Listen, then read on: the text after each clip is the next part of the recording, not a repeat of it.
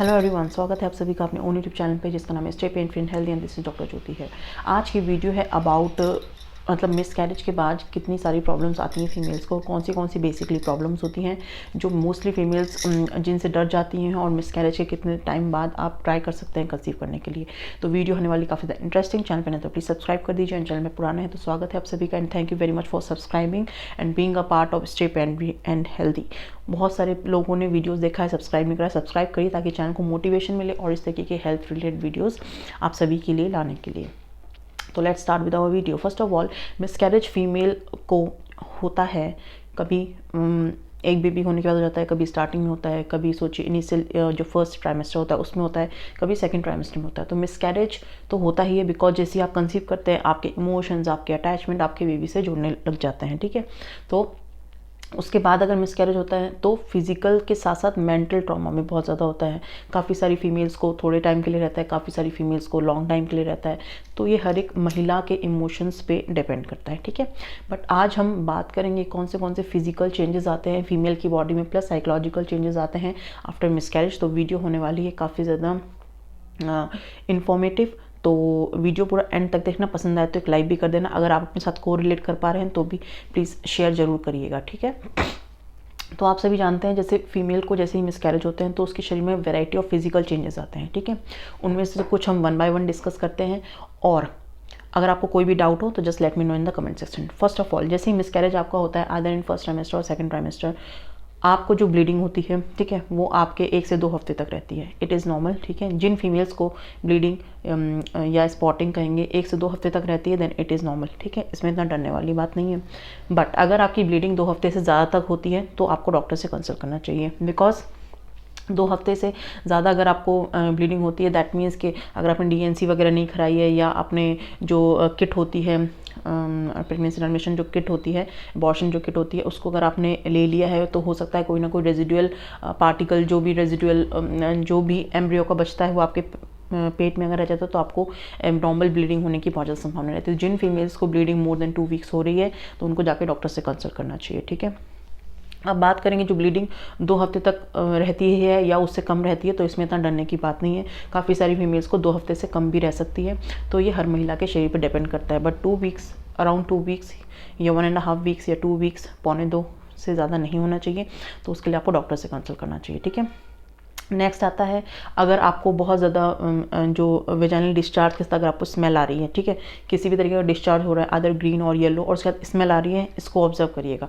That means कि आपको infection हो गया है, तो भी आपको डॉक्टर से कंसल्ट करना है, ठीक है।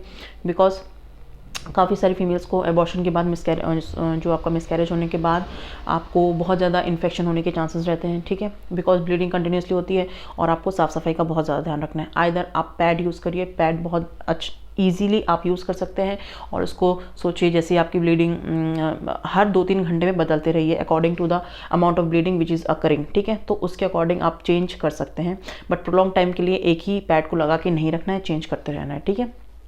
तो ये बात हो गई। आपको अगर वेजाइनल ऑर्डर के साथ अगर डिस्चार्ज हो रहा है तो आप पैंटी लाइनर्स यूज़ करिए, ठीक है। ना ही आप सोचे कि हम तो कुछ नहीं यूज़ करें, नॉर्मली अंडरवेयर पहन रहे हैं, तो उससे भी आपको इन्फेक्शन बढ़ने के चांसेस रहते हैं रादर देन कम होने के, ठीक है। तो अगर आपको वेजाइनल डिस्चार्ज हो रहा है तो उसके लिए आप पैंटी लाइनर यूज़ करिए, ठीक है। तो ये बात हो गई वेजाइनल। बहुत सारी फीमेल्स को जो है पेल्विक पेन रहता है, क्रैम्पिंग रहती है, तो इसलिए भी आपको डॉक्टर से कंसल्ट करना जरूरी है। बिकॉज हो सकता है जैसे मैंने बताया अगर आप एमटीपी किट यूज़ करते हैं तो उसकी वजह से आपका कोई भी पार्टिकल, कोई भी एम्ब्रियो का सब्सटेंस अगर अंदर रह जाता है तो उससे आपको बहुत ज़्यादा क्रैम्पिंग हो सकती है, पेन हो सकता है इवन दो, ठीक है। बैक में भी पेन हो सकता है, तो उसके लिए आपको डॉक्टर से कंसल्ट करना चाहिए रादर देन आप खुद उसका सेल्फ ट्रीटमेंट करें या बैठें या बहुत दिन तक वेट करते रहें कि ये कब ठीक होगा, ठीक है। तो इस तरीके से आप करिए। बहुत सारी फीमेल्स जो आफ्टर मिसकैरेज ये सोचती हैं कि हम कंसीव कब करेंगे, तो मिसकैरेज के बाद कंसीव करने का तो ये है कि आपको एटलीस्ट जब तक आपकी मेंस्ट्रुएशन साइकिल 2-3 महीने लगातार ना आ जाए उसके पहले आप ट्राई ना करें। बिकॉज मिसकैरेज में ऑब्वियसली ब्लड लॉस तो होता ही है, तो उसको बैलेंस करने के लिए भी तो शरीर को बहुत सारे तमाम तरह की चीज़ों का यूज़ करना है ना। तो उसको बैलेंस करने के लिए एटलीस्ट 2 आपके जो मेंस्ट्रुएशन साइकिल है उसको 2 मेंस्ट्रुएशन साइकिल या 3 मेंस्ट्रुएशन साइकिल नॉर्मल होने के बाद ही आप कंसीव करें, उसके पहले नहीं करें। और कर रहे हैं तो मिनिमम 2 मंथ्स का तो गैप रखिए, एकदम से कंसीव नहीं करिए, ठीक है। उसके बाद पीरियड्स जो हैं बहुत सारी फीमेल्स के रेगुलर नहीं रहते हैं, इरेगुलर होते हैं, तो उसमें भी आपको डॉक्टर से कंसल्ट करना है कि हमारे पीरियड रेगुलर लाने के लिए कोई आप मेडिसिन ले सकते हैं, तो वो एक फ्रिक्वेंट फ्लो में आने लगते हैं, तो उसके बाद आप ट्राई कर सकते हैं। ठीक है, इरेगुलर पीरियड और पीरियड का स्किप होना इज़ नॉर्मल आफ्टर मिसकैरेज। ठीक है, तो इसमें इतना घबराने वाली बात नहीं, बट फिर भी आपको डॉक्टर से कंसल्ट करना बहुत ज़रूरी है। काफ़ी सारी फीमेल्स को जो है ब्रेस्ट डिस्चार्ज रहता है आफ्टर मिसकैरेज। ठीक है, तो ब्रेस्ट डिस्चार्ज उन फीमेल्स को होता है जिनका सेकंड ट्राइमेस्टर में, मतलब दूसरी तिमाही में जिनका ब्लीडिंग हुई होती है या मिसकैरेज हुआ होता है, उन फीमेल्स को बहुत ज़्यादा चांसेस होते हैं डिस्चार्ज होने के ब्रेस्ट से। तो and it is very normal. तो आप या तो जो ब्रेस्ट से जो डिस्चार्ज होता है, मींस कि जो मिल्क प्रोडक्शन होता है, उसको भी सोखने के लिए डॉक्टर से कंसल्ट करके मेडिसिन ले सकते हैं। ये 1-2 हफ्ते तक ये सारी चीज़ें नॉर्मल हो जाती हैं। अब बात करेंगे थोड़ा साइकोलॉजिकल की तरफ। साइकोलॉजिकल काफ़ी सारी फीमेल्स को शॉक लगता है। ठीक है, obviously it is very normal thing. तो मिसकैरेज के बाद शॉक लगता है, तो इसके लिए इस पर वीडियो बनाए हैं कि डिप्रेशन से कैसे उभरें मिसकैरेज के बाद, तो एक बार वो वीडियो जाके ज़रूर देखना। उसमें काफ़ी डिटेल में सारी चीज़ें एक्सप्रेस करी हैं, सारी चीज़ें बताई हैं, और आप सभी को काफ़ी ज़्यादा इन्फॉर्मेशन मिलेगी, because most of the females जो हैं बहुत ज़्यादा शॉक में चली जाती हैं। तो इस चीज़ से रिकवर होने के लिए आपको अपनी फैमिली मेम्बर्स के साथ रहना बहुत ज़्यादा ज़रूरी है। ठीक है, अब बात करेंगे मूड स्विंग्स। काफ़ी फीमेल्स को जो है मूड स्विंग्स आते हैं। ठीक है, या तो वो एकदम थोड़ी देर के लिए खुश हो जाएंगे, या तो एकदम से रोना चालू हो जाएगा। ठीक है, तो ये mood swings after miscarriage is very common. ठीक है, फीमेल्स में होता है। वैसे ही पीरियड्स जैसे PMS होता है, आपके जो मेंस्ट्रुएशन आने से पहले जो सिम्टम्स होते हैं, मूड स्विंग्स वगैरह, तो और प्रेगनेंसी में भी होते हैं, तो ये मिसकैरेज में भी होते हैं और मिसकैरेज के बाद, और ये ड्यू टू हार्मोन्स की वजह से होते हैं। इसलिए मैं कह रही हूँ काफ़ी अच्छे जो पॉजिटिव वाइब्स हैं, आपको जो भी पर्सन उनके सराउंडिंग में रहिए, अपनी फैमिली के साथ रहिए। ठीक है, अब बात करेंगे इससे उभरने में हर एक महिला पे डिपेंड करता है, किसी में 2। तो रिकवरी जो होती है, इसका इमोशनल डिस्टर्बेंस की जो रिकवरी होती है, ये हर एक फ़ीमेल में वेरी करती है। किसी फीमेल में बहुत जल्दी रिकवरी हो जाती है, किसी फीमेल में बहुत टाइम लग जाता है। तो ये हर एक महिला की रिकवरी रेट अलग अलग होती है। कुछ फीमेल्स बहुत टाइम बाद कंसीव करते हैं और फिर मिसकैरेज होता है, तो बहुत ज़्यादा इमोशनल ट्रॉमा होता है, और कुछ फीमेल्स का बार बार मिसकैरेज होता है तो इमोशनल ट्रॉमा होता है, and it is a very emotional kind of disturbance if it is occurs. ठीक है, तो थोड़ा सा ध्यान रखने की ज़रूरत है। अगर आपका बार बार मिसकैरेज हो रहा है, सबसे पहले उसका कारण पता करिए, ना ही बार बार कंसीव करिए। अगर आप बार बार कंसीव कर रहे हैं, उसका कारण पता नहीं कर रहे हैं, तो जिस कारण से आपका मिसकैरेज हो रहा है, तो वो कारण की वजह से आपका बार बार मिसकैरेज होने की संभावना रहती है।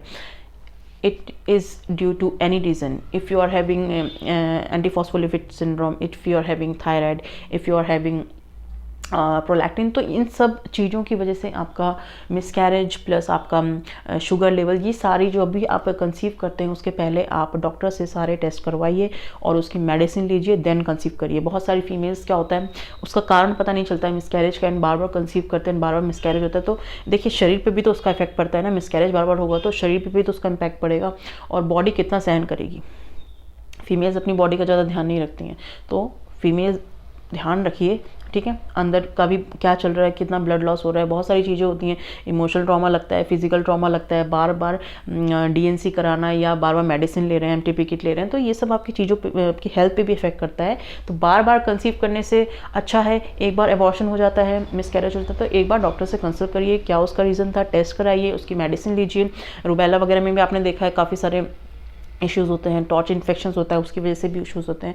तो ये जितने प्रॉब्लम्स होती हैं, इनका पहले सॉल्यूशन करिए, देन आप कंसीव करें। ठीक है, एल्स बहुत सारी चीज़ों का सामना करना पड़ता है बिकॉज ऑफ हार्मोन इम्बैलेंसेस। ठीक है, उसके साथ साथ काफ़ी सारी females use to get insecure by watching के उनके आसपास जो भी किड्स वगैरह होते हैं उनको देखे थोड़ा सा उनको इमोशनल डिस्टर्बेंस होता है, and it is very normal. तो इसको थोड़ा सा रिकवरी करने में टाइम लगेगा। ठीक है, अगर मिसकैरेज होता है एटलीस्ट आप मानिए 2 से 3 महीने, या किसी किसी को ज़्यादा भी टाइम लग सकता है।